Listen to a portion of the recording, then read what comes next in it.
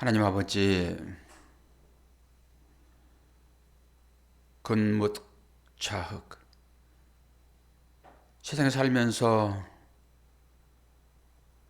세상과 짝하며 살면서 당연히 세상을 닮아가고 물드는 것이 인생인 것을 경험합니다. 그러나 우리는 하나님의 자녀이고 그 온갖 더러운 것들을 예수 그리스도의 보혈로 깨끗하게 씻어주셨음에 오늘도 그 주님의 사랑 의지하고 새벽을 깨우오니 우리 마음 가운데 있는 모든 더러운 죄악들을 예수 그리스도의 보혈로 다시 한번 깨끗하고 정하게 하여 주옵소서. 그래서 그 마음 가지고 성경을 보게 하시고 성경 가운데서 하나님의 마음을 깊이 깨달아 알고 그 깨달아 아는 것을 삶으로 실천할 때에 이웃을 내 몸처럼 사랑하는 자 되도록 은혜 허락하여 주옵소서. 예수 그리스도 이름으로 기도하옵나이다. 아멘. 창세기 26장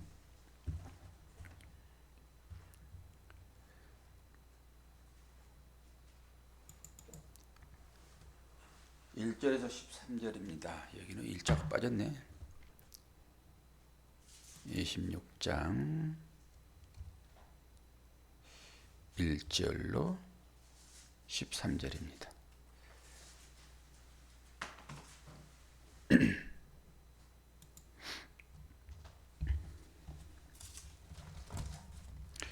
제가 봉독하겠습니다. 이 말씀을 보시면서 여러분이 어디에 방점이 있는지를 잘 한번 살펴보시길 바랍니다.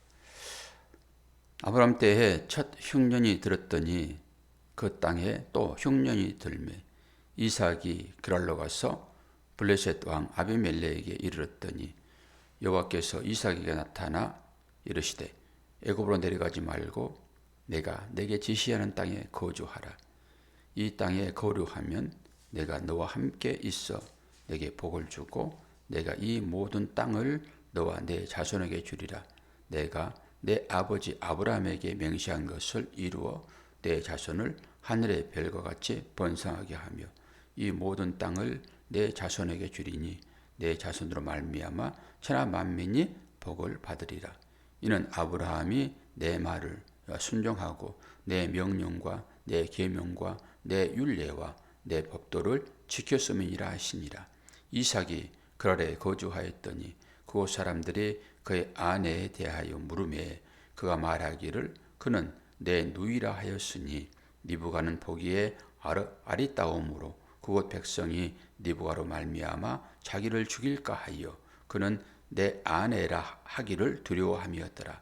이삭이 거기 오래 거주하였더니 이삭이 그 아내 니브가를 꾀하는 것을 블레셋 왕 아비멜렉이 창으로 내다본지라. 이에 아비멜렉이 이삭을 불러 이르되 그가 분명히 내 아내거늘 어찌 내 누이라 하였느냐. 이삭이 그에게 대답하되 내 생각에 그로 말미암아 내가 죽게 될까 두려워하였음이로다. 아비멜렉이 이르되 내가 어찌 우리에게 이렇게 행하였느냐. 백성 중 하나가 내 아내와 동침할 뻔하였도다. 내가 죄를 우리에게 입혔으리라. 아비멜렉이 이에 모든 백성에게 명하여 이르되 이 사람이나 그의 아내를 범하는 자는 죽이리라 하였더라. 이삭이 그 땅에서 농사하여 그 해에 100배나 얻었고 여호와께서 복을 주심으로 그 사람이 창대하고 왕성하여 마침내 거부가 되었더라. 아멘. 말씀 하나를 먼저 더 봅니다. 전도서 1장 9절. 왜 사람들이 이렇게 반복적인 죄를 짓고 있는지를 살펴보셔야 돼요. 전도서 1장 9절. 욥시 잠전아니까 잠언서 뒤에 있겠어요. 전도서 1장 9절. 9절에 10절 봅니다. 이미 있던 것이 후에 다시 있겠고 이미 한 일을 후에 다시 할지라. 해 아래에는 새 것이 없나니 무엇을 가리켜 이르기를 보라 이것이 새 것이라 할 것이 있으랴. 우리가 있기 전에 오래전 세대들에도 이미 있었느니라. 아멘. 이 말씀을 보시면서 오늘 아브라함의 뒤를 그들을 쫓아서 행하는 이삭의 삶을 볼 텐데요. 그래서 제목을 제가 뭘로 달았습니까? 아버지의 삶을 본받아. 본받다 그럴 때는 나쁜 걸 본받습니까? 좋은 것을 본받을 때 우리는 아버지의 삶을 본받는 아들 그랬잖아요. 근데 오늘 내용을 보게 되면은 이게 가당치 않는 본받음이잖아요. 그래서 제가 물음표까지 넣어놓은 것입니다. 아버지의 삶을 본받아? 맞아? 이런 거죠. 왜 똑같은 일을 반복할까요? 성경의 잠언 말씀에도 그대로 나타나고 있잖아요. 해 아래에 새 것이 없다라고 하는 거예요. 창조시대에 일어났던 일들을 지금 우리가 똑같이 경험하고 있습니다. 죄도 그렇고 구원도 그렇습니다. 우리가 이제 아브라함이 2번 자기 아내를 팔았잖아요. 그때는 아비멜렉은 일정 어떤 명사로서의 어떤 그 사람의 고유 이름이 아니라 그 왕에게 붙여주는 그 이름이에요. 그러니까 여기서 나오는 거죠. 그러면서 그때 그 아비멜렉은 사라를 아내로 삼고자 했던 것이고 여기에는 지금 백성이 혹여나 못된 짓을 할까 죄 가운데 있지 않을까라고 하는 거잖아요. 그런 일입니다. 그리고 나서 오늘 방점은 마지막에 이삭이 뭐였습니까? 12절 이삭이 그 땅에서 농사하여 그 해에 100배나 얻었고 여호와께서 복을 주심으로 그 사람이 창대하여 왕성하여 마침내 거부가 되었더라. 우리가 이삭을 생각할 때는 거의 여기에 방점을 찍습니다. 별로 이삭은 한 일이 별로 없어요. 이거요, 이거. 그리고 축복하는 장면과 아버지에 의해서 모리아 산에 번제로 바쳐지는 이 정도의 삶이에요, 이삭은. 그러니까 아브라함에게 복을 주셨던 그 복이 지금 어디에서 결실을 맺고 있죠? 이삭에게서 결실을 맺고 있어요. 그러니까 우리는 이런 부분에 마음을 빼앗긴단 말이에요. 이런 부분에. 또 하나의 말씀을 좀 찾아볼 거예요. 진짜 복이 뭔지. 여러분이 여기에서 어떻게 분별할지를 보겠어요. 여호수아 1장 두 구절을 찾습니다. 여호수아 1장 5절에서 6절.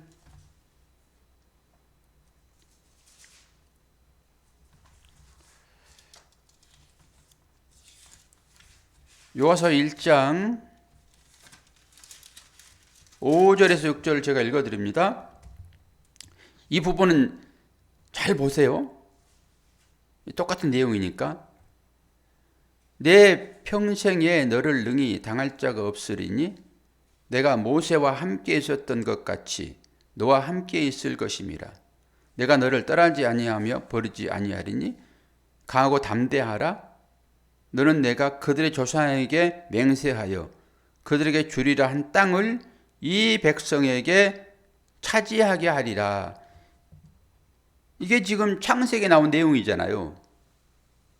아브라함에게 줬던 그 언약이, 그 약속이 뭐 자녀가 많기도 하겠지만은 땅도 주겠다라고 해서 그건 재물인 것이니까 그 이삭이 거부가 되잖아요. 100배나 받잖아요. 100배는 뭐 완전 숫자이니까 거부가 됐다라고 하는 거잖아요. 그러면 그 말씀과 함께 이 여호수아 1장 5절에서 6절 보니까 5절과 6절을 보면서 어디에 방점이 있는 것 같아요? 우리의 시선과 믿음의 시선은 차이가 많습니다. 우리가 좋아하는 것은 이거잖아요. 6절. 강하고 담대하라. 너는 내가 그들의 조상에게 맹세하여 그들에게 주리라 한 땅을 이 백성에게 차지하게 하리라. 여기에 방점을 찍잖아요. 지금도 우리는 하나님을 믿는 방법이 여기에 마음이 있다니까요. 하나님을 잘 믿게 되면은 만산 형통하리라. 여기에 우리의 마음을 뺏기잖아요. 이게 실제입니다. 그리고 이걸 얻기 위하여 하나님께 기도해요. 그리고 이것을 얻기 위하여 세상을 산다고요. 그런데 믿음의 눈으로 보게 되면은 방점이 어디에 있어요? 사모님, 방점이 어디에 있어요? 이 5절과 6절의 방점이 어디 있냐고요? 우리는 6절에 방점을 두잖아요. 기본적으로. 여기에서 시선을 띄어야 돼요. 그래야 오늘 창세기 이 말씀이 들려지는 거예요. 함께 하겠다. 여기에 방점이 있는 거예요. 우리의 시선의 믿음의 시선이 이쪽으로 옮겨가야 된단 말이에요. 처음 믿음을 시작할 때는 6절의 말씀에 우리 방점이 있어요. 삶의 방점이. 그리고 지금도 계속적으로 이것을 이루게 한 과정으로 그때 약속하신 하나님께서 아직 나에게는 주지 않았어. 그래서 나는 그 약속을 기도를 통해 가지고 이루고 말 거야. 그리고 신앙생활 하잖아요. 그러니까 우리 신앙의 어떤 목표가 잘못된 거죠. 우리의 신앙의 목표는 하나님께서 언약하신 주리라고 한 이 땅을 차지하리라 여기에 있는 것이 아니라 5절에 있어요. 내가 너를 떠나지 아니하며 버리지 아니하리라. 뭐예요? 함께 있을 것이라요. 내가 너와 함께 있을 것이라. 복의 근원이 함께 하겠대요. 여기에 우리의 방점을 찍어야 맞아요. 믿음의 방점, 믿음의 목적지. 근데 우리는 하나님이 지금 내 안에 들어와 계시잖아요. 이 약속이 우리에게 실제적으로 주어지고 있단 말이에요. 그러니까 이것은 이것이고 여기에다 또 다른 것 주세요 라고 하는 것이 기도예요. 거의 그래요. 거의. 당연히 그거 하라고 했으므로 우리는 기도해야 되지만은 우리의 목적은 하나님께서 너를 떠나지 아니하고 함께하겠다. 여기에 목적을 맞춰야 돼요. 그리고 오늘 창세기 말씀을 이제 다시 보게 되면은 이 이삭이 어쩌면 그렇게 아버지하고 똑같아요. 근데 이게 두 가지 두 사건이긴 하지만은 왜 이 두 사건을 창피스럽게 성경이 말하고 있냐고요. 좀 빼고 싶지 않아요, 이거? 우리가 믿는 하나님, 그 하나님의 길을 따르기 위하여 주어지는 이 경전 가운데 똑같이 그 아버지와 그 아들이 자기 아내를 팔아먹는 것으로 성경이 기록되어 있잖아요, 지금. 그럼 이거 빼고 싶잖아요. 그런데 이것을 기록해 놓은 것은 바로 전도서 말씀처럼 해 아래 새 것이 없다라고 하는 거예요. 우리도 똑같이 그러한 일들을 지금도 하고 있는 것을 보게 되잖아요. 아브라함은 하나님께서 너 애굽으로 내려가지 마. 그러지 않았다고요. 그냥 내려간 거예요. 흉년이 드니까. 흉년이 들면 기본적으로 먹고 살 것을 향하여 떠나는 것이 이 인간의 본성이에요. 어쩔 수 없어요, 이것은. 그리고 거기 가가지고 아브라함이 또 죄를 짓고 다시 올라오잖아요. 똑같이 이삭도 아브라함 때 첫 흉년이 들었더니 그때 그 흉년이 또 지금 든 거예요. 너희 아버지는 이렇게 했는데 너는 어찌할까? 라고 또다시 흉년이 또 주어지는 거잖아요. 뭐 계절적으로 뭐 흉년이 들었으니까 뭐 할 수 없지, 그런 것이 아니라 하나님의 전 역사 가운데 모든 것들은 운행되고 있으므로 우리는 그런 시각으로 보잔 말이에요. 또 흉년이 들었더니 아버지와 똑같이 이삭이 애굽으로 내려간단 말이에요. 그때 하나님이 찾아오세요. 이삭에게는.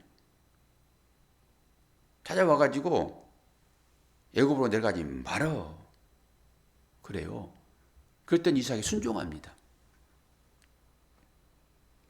순종했더니 물론 아내를 뭐 누이라 속이고 했던 것은 아버지가 똑같지만은 1차적으로 순종했잖아요. 그 결과가 뭐예요? 100배, 100배. 마침내 거부가 되는 거라고요. 그러니까 우리는 여기에서 똑같이 맥락을 또 찾아내야 돼요. 이 거부가 되었더라, 100배로 남겼더라, 여기에 방점이 있는 것이 아니라 하나님의 말씀에 순종이에요. 하나님 말씀에 순종했더니 이렇게 거부가 되었더라. 그리고 이 말씀을 여러분이 뽑게 되면은 똑같이 하나님께 순종하는 그 일들이 무언가 마음이 따로 하나 있다고요. 여기에 주머니, 뭐 비단 주머니 하나 챙겨놓고 이렇게 순종하게 되면은 거기에 복을 담아주실 거야. 이렇게 간단 말이에요. 이 말씀을 보고서.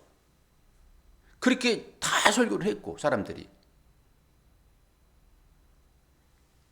그렇다고 하나님께서 하나님의 일을 하고 믿음의 삶을 사는데 배를 쫄쫄 굶기고 그러면서 너 이것으로 만족하지? 너 나와 함께 했으니까 너 좋지 않아? 이렇게만 하실까요? 하나님께서? 육을 입고 있는 우리들에게 하나님이 그렇게 하실 거냐고요. 그러면 때로는 이렇게 거부가 되기도 하신다니까요. 믿음의 사람들이, 잘 사는 사람들, 거부가 된 사람들이 많아요. 그게 뭐 잘못됐습니까? 그런 거 아니란 말이에요. 그리고 이 땅에 해가 떠 있는 한은 가난한 사람도 있고 부자도 있고 그러는 거예요. 그러면 이 말을 우리가 어떻게 해석해야 되는가는 또 우리의 몫이잖아요. 하나님 말씀에 순종했더니 이렇게 거부가 되었더라. 나도 이 땅 가운데서 하나님 말씀에 순종하고 거부가 되리라. 우리가 다 거부가 됐습니까? 순종하는 마음으로 우리가 다 살잖아요. 이 쉐보를 깨우는 여러분이 다 그런 마음이 있지. 100%이 물질만 의해서 쉐보를 깨우냐고요. 자기 스스로를 봐도. 당연히 믿음의 사람들이니까 하나님 기뻐하신 일을 우리가 해야지. 그리고 하나님께 나오잖아요. 이런 게 없습니까? 우리한테? 있지요. 그런데 이렇게 거부가 됐다라고 하는 이 말을 다시 한번 생각해 보면은 이건 뭘 얘기하는 거예요? 하나님 나라의 풍성함을 여기에 다시 한번 보여주는 거란 말이에요. 하나님 나라의 풍성함을 맛보는 거예요. 그러니까 우리에게 고난만 있는 것이 아니라 때로 기쁨도 있잖아요. 즐거움도 있잖아요. 하나님께서 땅을 주시기도 하고 재산을 늘려가기도 하고. 이게 뭐예요? 하나님 나라의 풍성함이잖아요. 가나안 땅에 들어갔을 때 왜 가나안 땅에 그 두 장정이 포도 한 송이를 메고 오냐고요. 물론 그 땅 자체가 기름지기도 하겠지만은 영적 의미가 분명히 있지요. 하나님 나라의 풍성함. 이 영적인 것을 간과해 버리게 되면은 우리의 시선은 늘 이 육신, 땅적인 것에 매여 있습니다. 이 육신을 주게 된다고요. 그러한 욕심을 내려놔야 돼요, 우리가. 하나님께서 자연적으로 주시는 것을 우리가 왜 막습니까? 그것을. 그런데 이것을 이하여 우리가 신앙생활을 하고 기도를 해버리게 되면은 본질에서 많이 벗어나고 있는 것이죠. 어제 들어왔던 분이 또 들어왔나 모르겠네. 어제도 한 분이 들어오셨잖아요. 여러분들은 어떤 생각이 들었는지 모르겠지만 지난번에 그제도 들어오고 어제도 들어왔잖아요. 인터넷으로. 숨이 압박을 해가지고. 어제는 제가 설교를 했잖아요.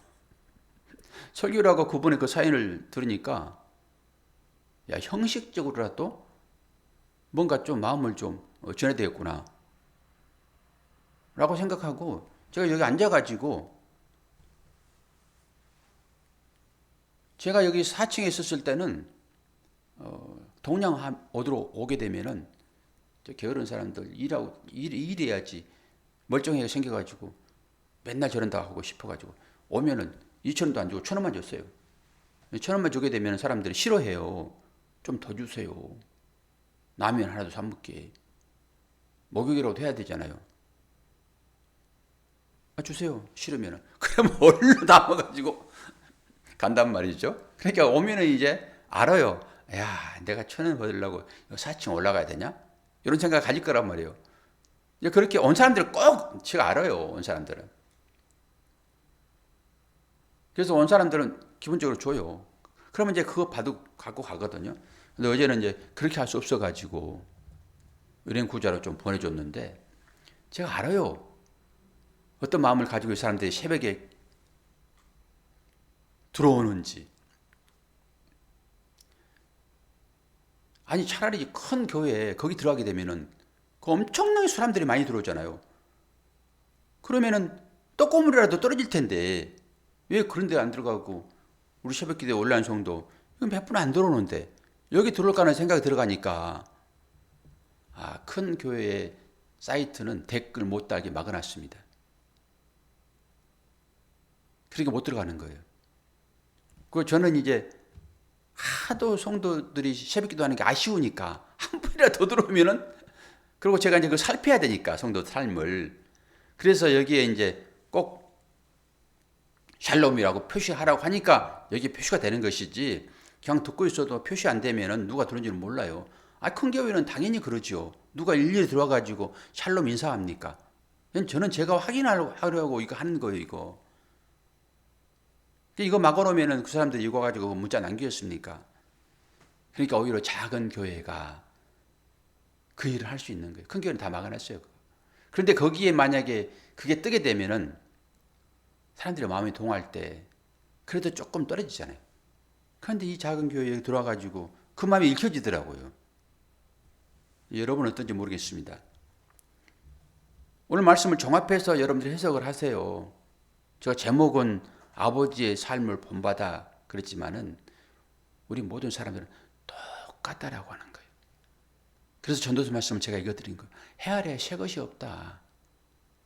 앞서간 자가 뭘 잘했든 앞선 자가 뭘 잘못했든 다 똑같다라고 하는 거예요.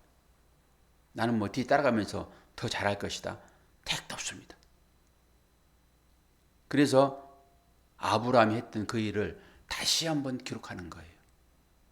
너희들이 뭔가 잘하여 나한테 잘 보이게 되면은 내가 너희들한테 복을 더 주고 덜 주고 이러지 않아라고 하는 거예요.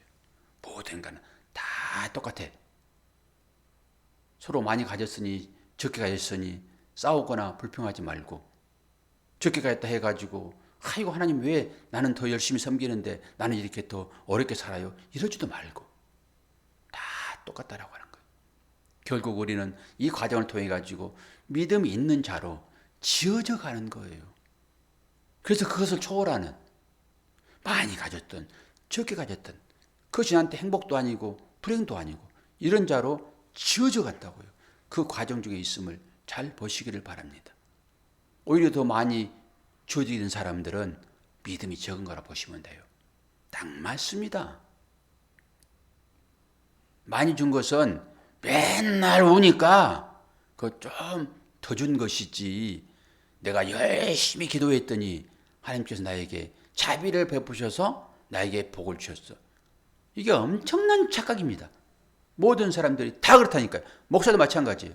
뭔 일 좀 잘 되면은 아이고 하나님의 은혜입니다. 하나님의 복입니다. 그러고만 한다니까요. 물론 그럴 수 있어요.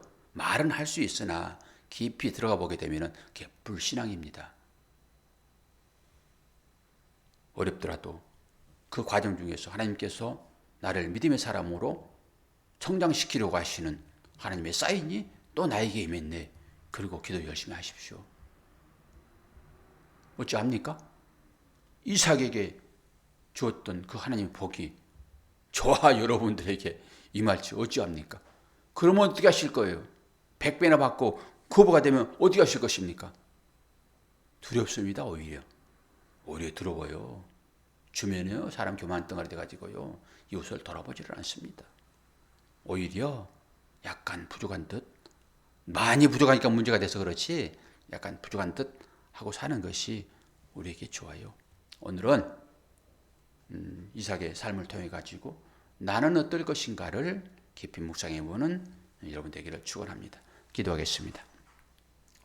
아버지 하나님, 세상을 바라볼 때 참으로 거부들이 얼마나 많이 있습니까? 혹여나 우리들은 그 사람들을 보면서 부러움에 젖어 살고 있지는 않는지, 뭔가 많이 얻어서 기쁜 것이 아니라 하나님께서 우리와 함께 하신다는 이 사실을 늘 명심하고 새벽을 깨우는 우리가 되어지기를 원합니다. 너무 부하기도 마시되 너무 가난하기도 마시어서 우리들로 하여금 일정 하나님의 은혜 가운데 있도록 축복하여 주옵소서. 특별히 새벽을 깨우는 하나님의 자녀들에게는 이 하나님의 은혜가 입혀지고 이것을 통하여서 또 다른 자들이 하나님을 더 깊이 찾아 나올 수 있도록 도와 주시옵소서. 예수 그리스도 이름으로 기도하옵나이다. 아멘.